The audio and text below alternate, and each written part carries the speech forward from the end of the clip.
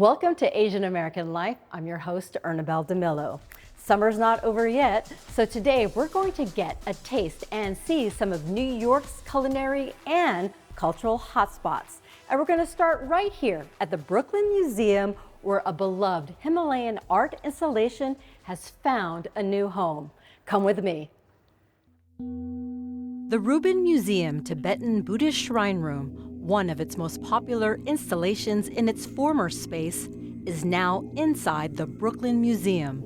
For the next 6 years, this space will transport visitors into a traditional Himalayan household shrine, where art meets ritual and every object tells a story.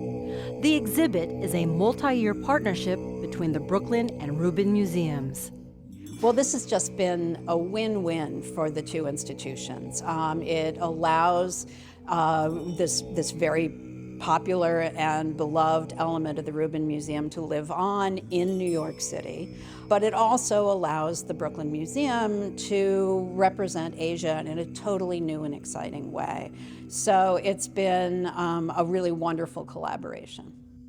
With more than 100 objects and artworks, many from Tibet, Nepal, and Mongolia, this self-enclosed room isn't just a gallery, but an immersive experience in Buddhist rituals.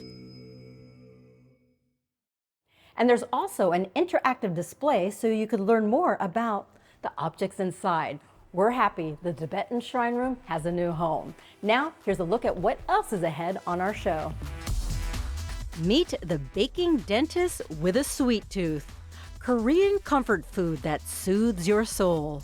Noguchi Museum celebrates 40 years against time. Move over sushi, onigiri rice bowls are the lunchtime favorite. And rolling in the dough, a pie for every state. This and more on Asian American Life. I met a dentist with a sweet tooth for macaron baking. Join me for a lesson in macaron baking, and believe me, it's as hard as you think it is. So there's only three ingredients. Really three ingredients. Almond flour, powdered sugar, well, 2 types of sugar. Granulated sugar, powdered sugar, and then egg whites. Sounds simple. Just a few ingredients to make French macarons. But the popular dessert is one of the hardest to make. Just ask the internet. If you ask any chef out there, they will all tell you that macarons are one of the hardest desserts to make in the world. But why?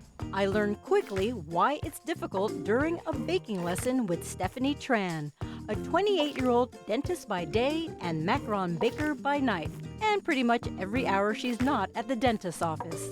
Because there's so many things that can go wrong with macaron baking, that's why it's so challenging. Tran's road to baking started like many others during the COVID lockdown.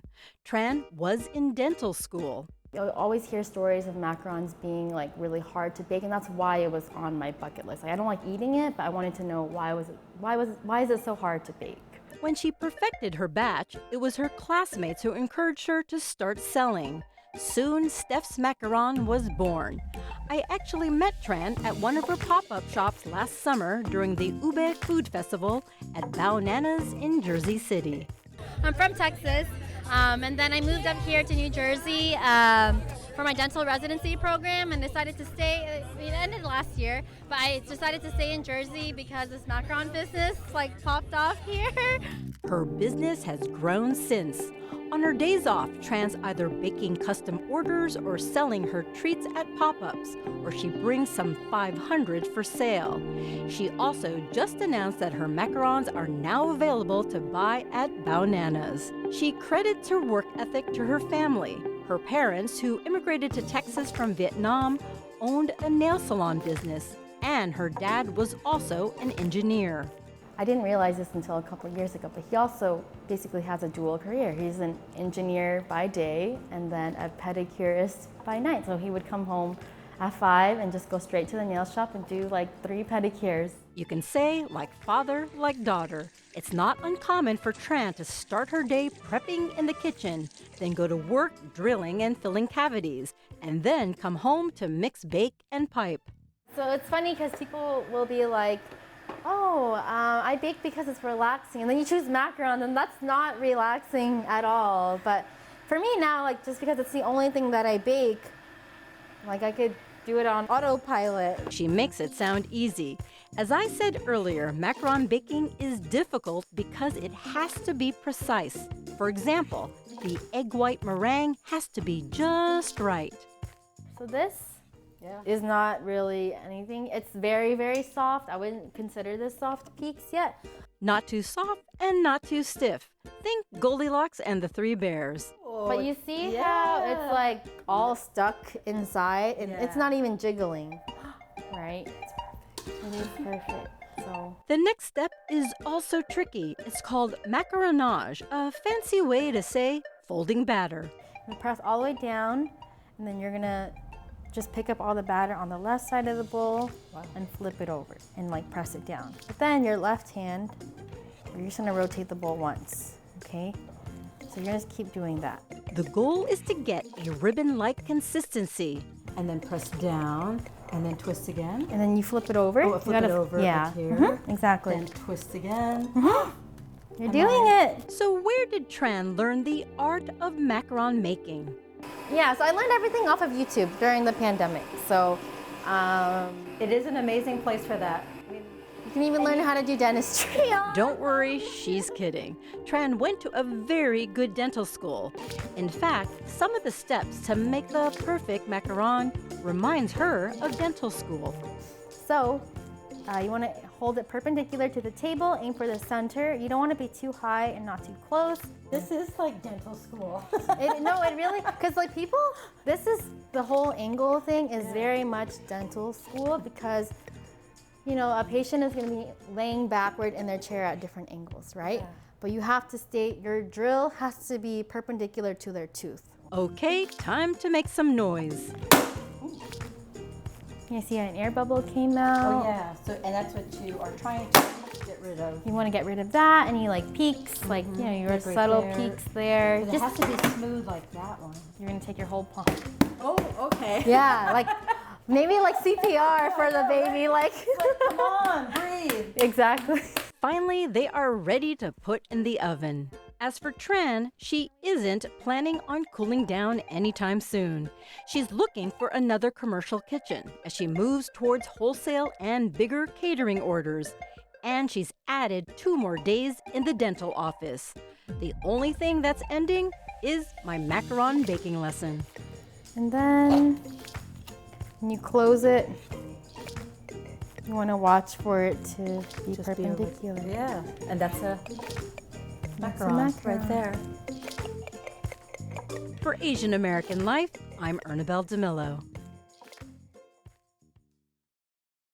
I'm Kyung-yoon on 32nd Street in the heart of Manhattan's Koreatown with the story of one family whose love of food and the flavors of Korean cuisine run deep and across generations.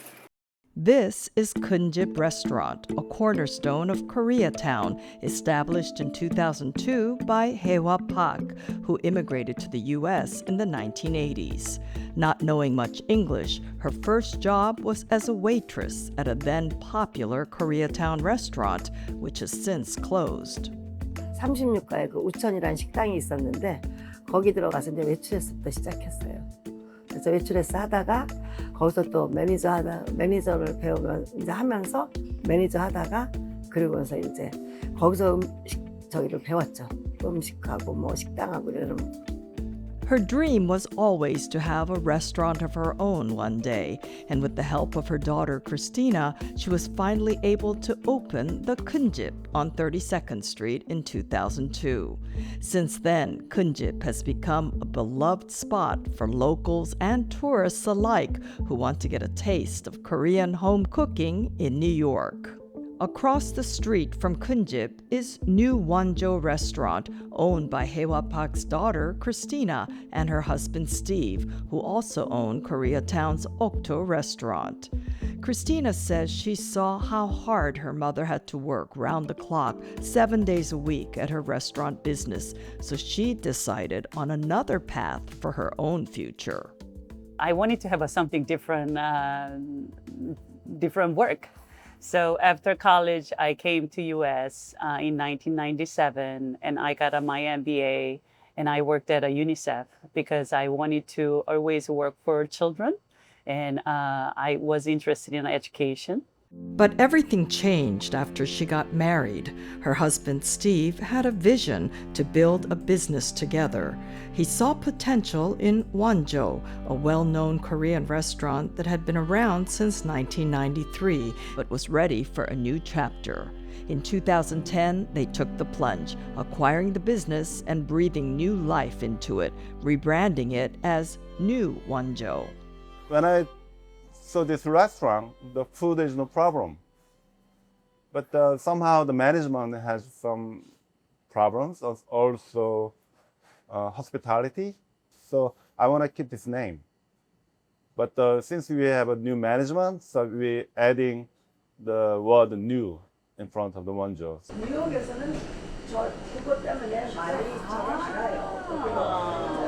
We sat down to have a meal together that included dishes that Koreans love to eat all year round, but especially in the summertime. The summer weather in Korea is very humid and very hot during especially July and August.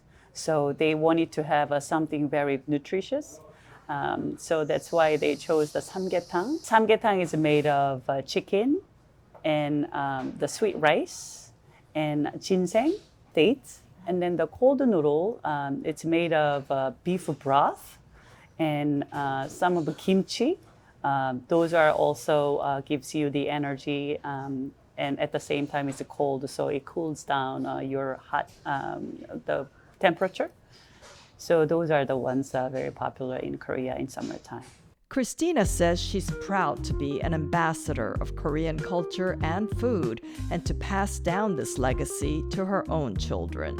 My kids were very proud introducing Korean food and teach their friends about the Korean food. So I was so happy to be a Korean person and Korean restaurant owner. For this family, food is more than just a business. It's a legacy, a bridge between generations, and a celebration of Korean culture in the heart of New York City. Kyung-yoon, Asian American Life. When you say Japanese food, most people think of sushi.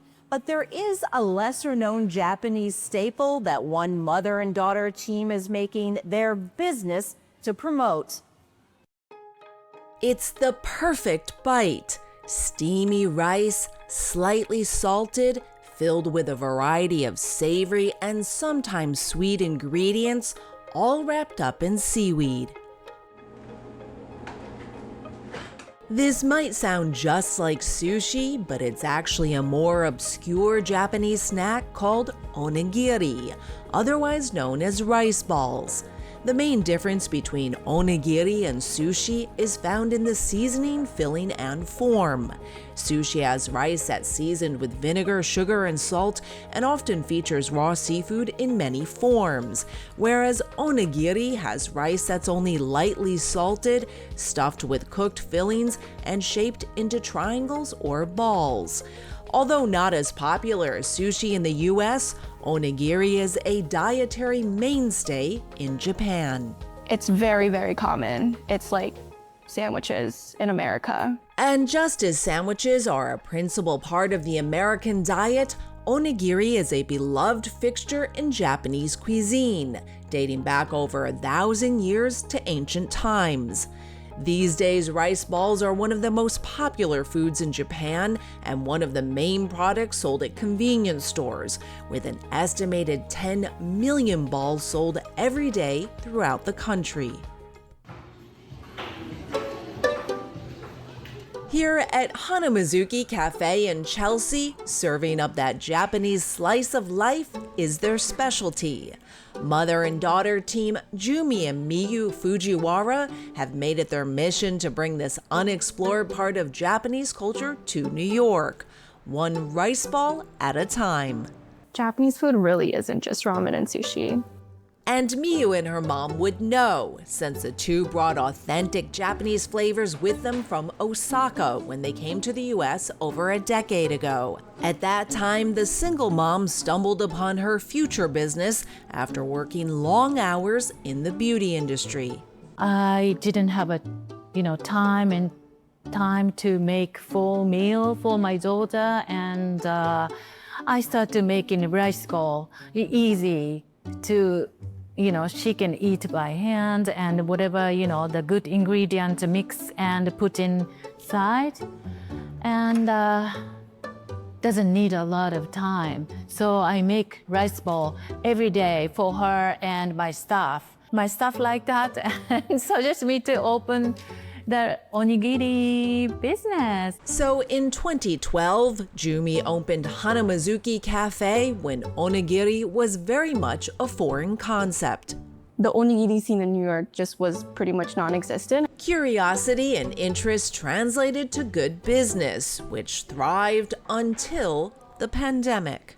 She had closed for like 2 years, and she had to kind of also reimagine how we can reopen. That meant serving easier to store pre-made Japanese desserts instead of rice balls.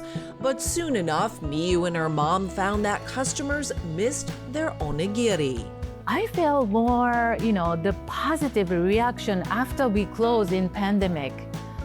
And why you don't open, and I love your rice bowl. With help from Miyu, who has a background in public relations, the cafe got a new lease on life.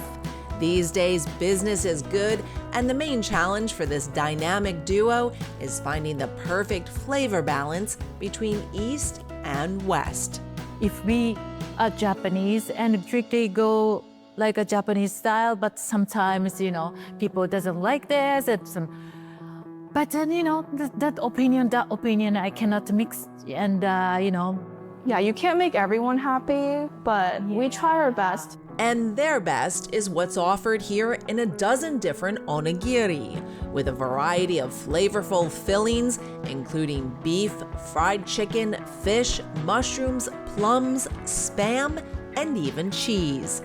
Rice balls brimming with Japanese flavor and flair. For Asian American Life, I'm Susan John. Meanwhile, the Noguchi Museum in Queens is celebrating its 40th anniversary. Our correspondent, Donna Hanover, takes a look at the iconic works of Japanese artist Isamu Noguchi. Isamu Noguchi won fans over his 6 decades as an artist with his monumental stone pieces, graceful furniture, large public works, and Akari light sculptures. But he also did something else unique among artists in the U.S. He was the first artist to open his own museum in his own lifetime. Matthew Kirsch is the curator and director of research at the Noguchi Museum in Long Island City, Queens. Its 40th anniversary is being celebrated with a reinstallation of many works close to the way Noguchi arranged them here when it opened. He did think of himself ultimately, even though he was this inveterate traveler, as a New Yorker. So it was very important for him to create this space here. Noguchi was born in Los Angeles, the son of an American mother and a Japanese father who left.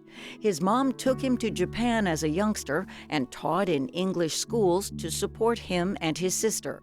But she sent him back to the U.S. to study in his teens.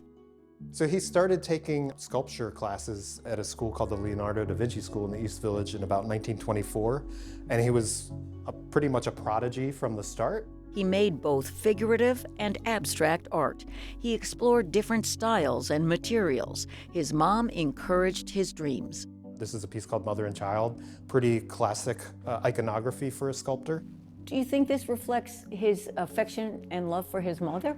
He did speak during his lifetime about being the product of the mind of an independent woman. And he said that with great admiration? With great admiration, yes. In spite of his talent, Noguchi had years as a starving artist. This is a piece called Strange Bird. This is a piece that was done in his studio in Greenwich Village in the 1940s at McDougal Alley. He was a broke artist, He was really working with like off-cast materials, things that like pieces of slate or marble that he might find at a discount in New York City's different stone yards. All of these pieces are kind of like have intricate slots, and they fit together so that they can be taken apart and reassembled. Also in the 40s, he created Lunar Infant. When you consider most sculpture, you're seeing light grazing across the surface of that sculpture. Noguchi was interested in creating sculpture that glowed from within. And this was like Noguchi's experimentation with creating light sculptures, because he just wasn't totally satisfied with the results. He kind of like set down that idea, but he would come back to the idea of light sculpture. Paper lanterns were a big part of life in Japan. Noguchi grew up with them. But as an artist in the 1950s, he became well known for giving them different shapes. He called them Akari light sculptures. Akari means light. And he used electric bulbs to keep them aglow. In a way, he was creating sculpture for the home that was affordable. Noguchi had a pretty expansive view of the scope of sculpture. He thought about it as something that would interact with people, that could interact with people in their everyday lives. So he considered pretty much, anything could be sculpture, furniture, lighting, set designs for dance. In fact, Noguchi was a frequent collaborator with famed dancer and choreographer Martha Graham. Noguchi and Graham met in the 1920s. He actually had a studio in the same building as her in Carnegie Hall. This piece was created for one of Martha Graham's choreographies called Embattled Garden. Martha Graham's take on the Adam and Eve story. So here, Noguchi collapses both the meadow of the Garden of Eden with the apple of knowledge. If you look closely, you'll see that these cutouts resemble the seeds of an apple. This is from a Cave of the Heart. She wanted a dress that she can step in and out of. Graham actually inhabits the piece and then walks around the stage with it. Also on display are models for public works, including one playground that got built and some that didn't. Noguchi's early abstract art is here. So are busts, like the ones he sometimes did to pay the bills. And there are the monumental sculptures many people love. When people enter the Noguchi Museum, these beautiful stone and granite pieces are what they see. Is this how Noguchi saw his work? So when Noguchi installed the museum for its opening in 1985, he wanted to show the work in heavier stones that he was working on at that moment, that he was most excited by. The exhibit runs through January 11th, 2026. We called it Against Time because, Noguchi didn't really think of himself as someone who had finished his work. And he wanted to kind of show that with this museum that he was still creating. And it was right across the street from his studio, so he could easily go back and forth. He really thought of this as a space that would become part of its neighborhood. He wanted to create spaces where people could actually inhabit art in the everyday world. Parks, playgrounds, gardens. Though he died in 1988, the museum with its own lovely garden he designed is still a sanctuary for many who visit. I'm Donna Hanover for Asian American Life.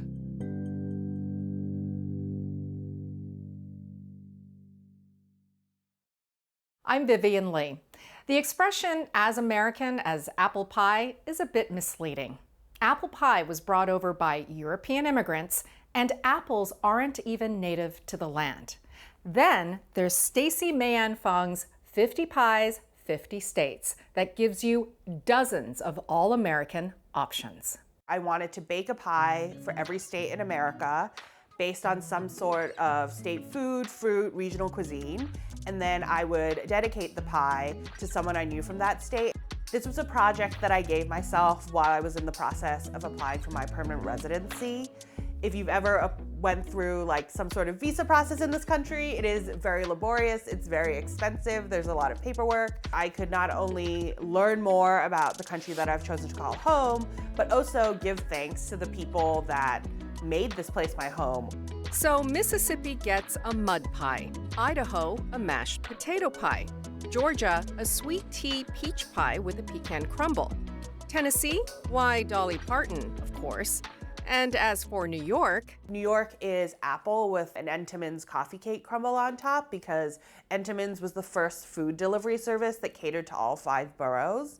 Fong began creating her pies in 2016, working on a new pie every month. The pandemic, 4 years later, was a blessing in disguise. She lost her job in fashion design but gained new perspective by going back to the basics and working at her favorite pie shop, 4 and 20 Blackbirds in Brooklyn. Baking hundreds of pies every day teaches you a thing or two about crust and how to fill it. Fong documented her 50 Pies, 50 States project on Instagram, where journalists and publishers noticed. And voila, her cookbook, subtitled An Immigrant's Love Letter to the United States Through Pie, was published in 2023. Since then, from national television to an invitation this summer to appear at Platform, the show kitchen of the James Beard Foundation, Fong is enjoying a very big slice of life. This is an absolute dream come true that they've asked me to do this. It's truly wild to think about now. I kind of started this project just for me and my friends. I didn't realize any of this would happen, and I'm so beyond thankful. Born in Singapore and raised in Indonesia and Hong Kong, Stacey Mayan Fong came to the U.S. to study design in Georgia. Cooking had not been her forte. My family is not a family of cooks, we're a family of eaters. Mine too! Her forever home is now Brooklyn, and you guessed it, there's a pie for that.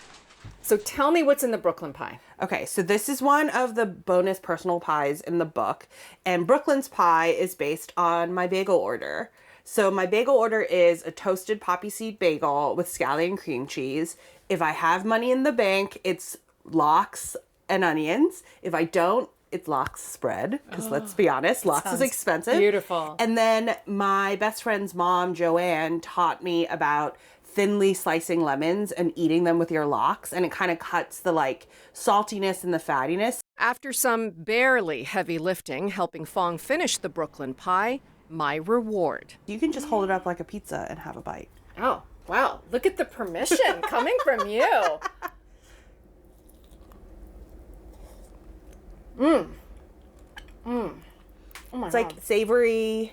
It oniony nods at the bagel, but it's its whole new thing, which is it kind allows of nice. me to save the lox for last. Oh, the lemon. I totally see what you mean by the lemon. I would never have thought. So good. I know you want some too, right? There's plenty of crowd-pleasing pie to try in Fong's cookbook, sold wherever cookbooks are found. For Asian American Life, I'm Vivian Lee. And that's our show for now. Be sure to come by the Brooklyn Museum to check out the Rubin Museum, Tibetan Buddhist Shrine Room, and all the other wonderful artwork here. And don't forget, if you want to learn more about all our stories, be sure to follow us on Facebook, Instagram, and YouTube at Asian American Life. And don't forget to download the CUNY TV app so you could watch us on the go. I'm Ernabel Demillo. We'll see you next time.